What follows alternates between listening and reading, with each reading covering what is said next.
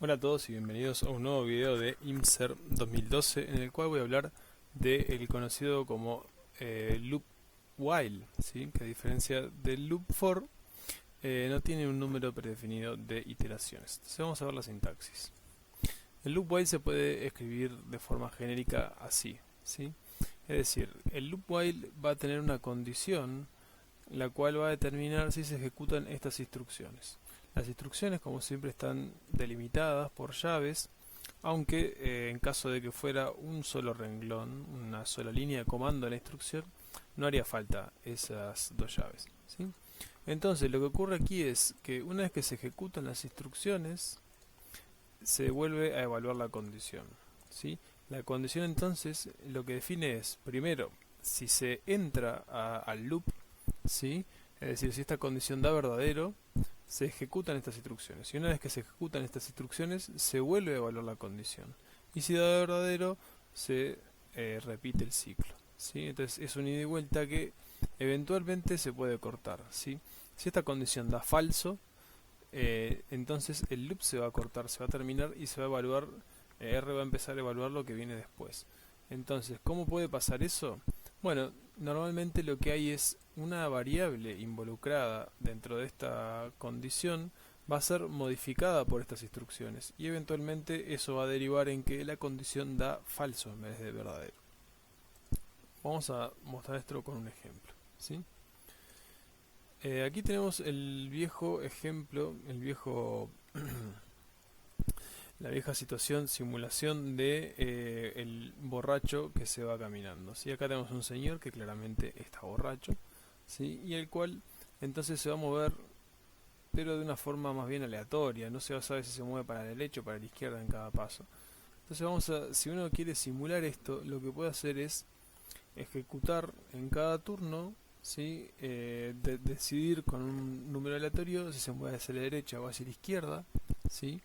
Cambiar la posición del señor y entonces volver a moverlo hasta que eventualmente llega a un límite. Entonces aquí lo que tenemos es un loop en el cual en que cada turno se mueve al señor y la condición es que el señor se mantenga dentro de ciertos límites. Entonces vamos a marcar esos límites. Primero que nada, la posición inicial del señor va a ser el 0 y el límite hacia la derecha va a ser el valor 10, digamos, pueden ser 10 metros por ejemplo, y el valor hacia la izquierda es menos 10, ¿sí?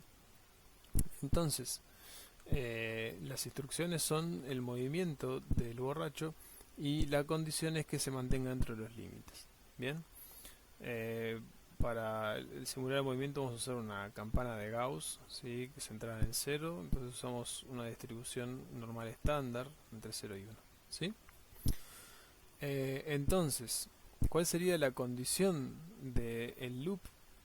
¿Sí? La condición del loop sería que la posición del borracho, la cual vamos a llamar pos, ¿sí?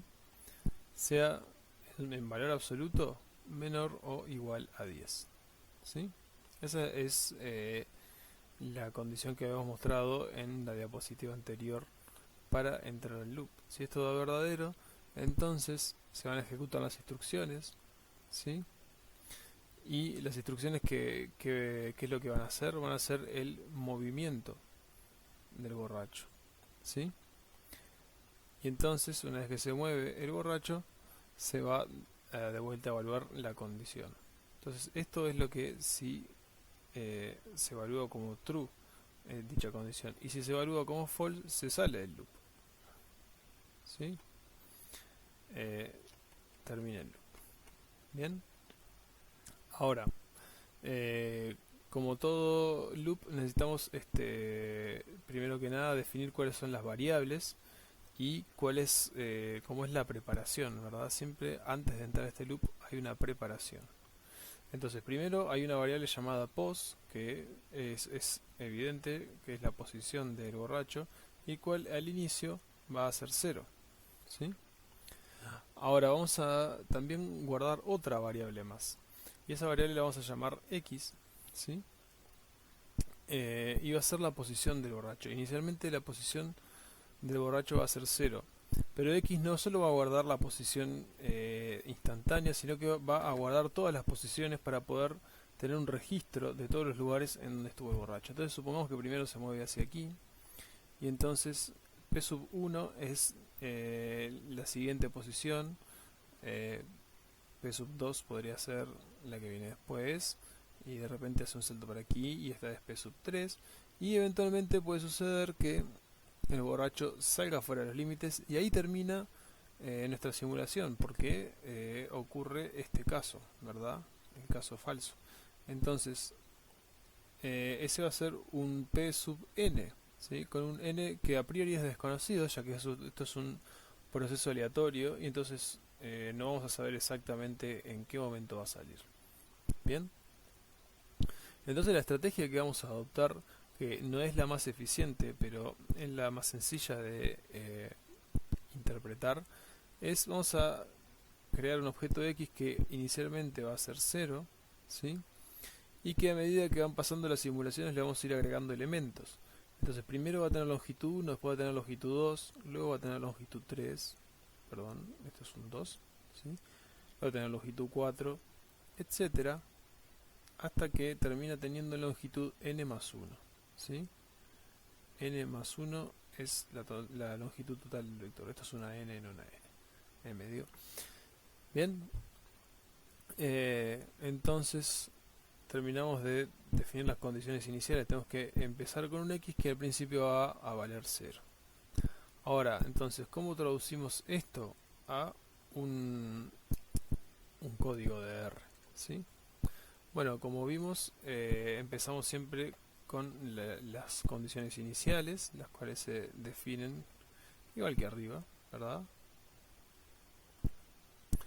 Esto es lo que se llama la preparación, lo vamos a indicar aquí, ¿sí? Y luego va a venir lo que vamos a llamar el loop.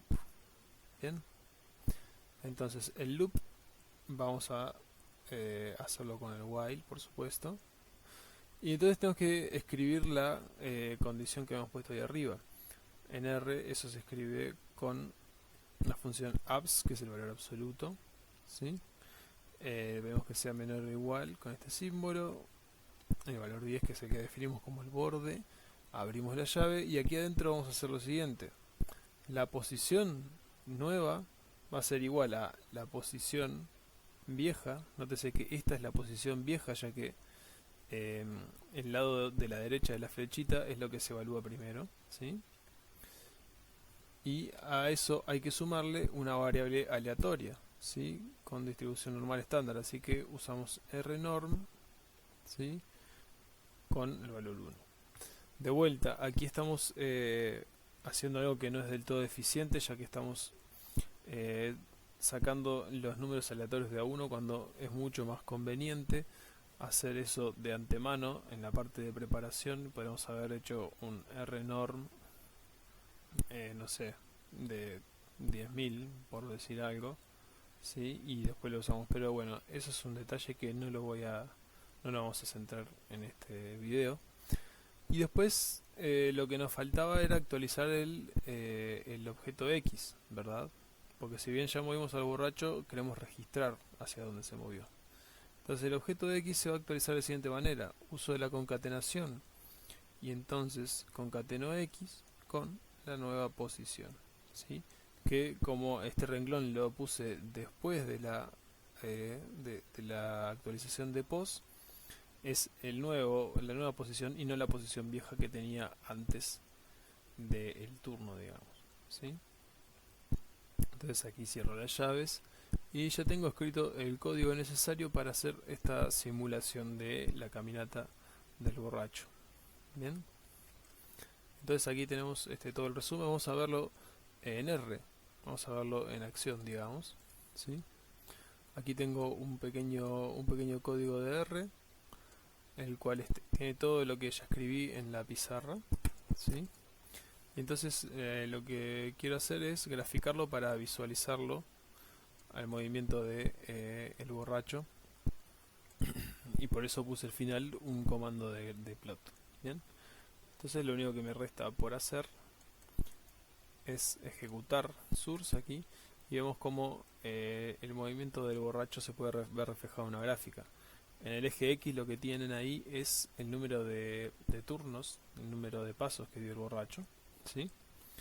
Y en el eje de las Y lo que tienen es bueno, es un poco entreverado porque es el vector X, pero es la posición del borracho básicamente, ¿sí? Entonces cada vez que repetimos la simulación vamos a tener un resultado diferente, ya que es un proceso aleatorio.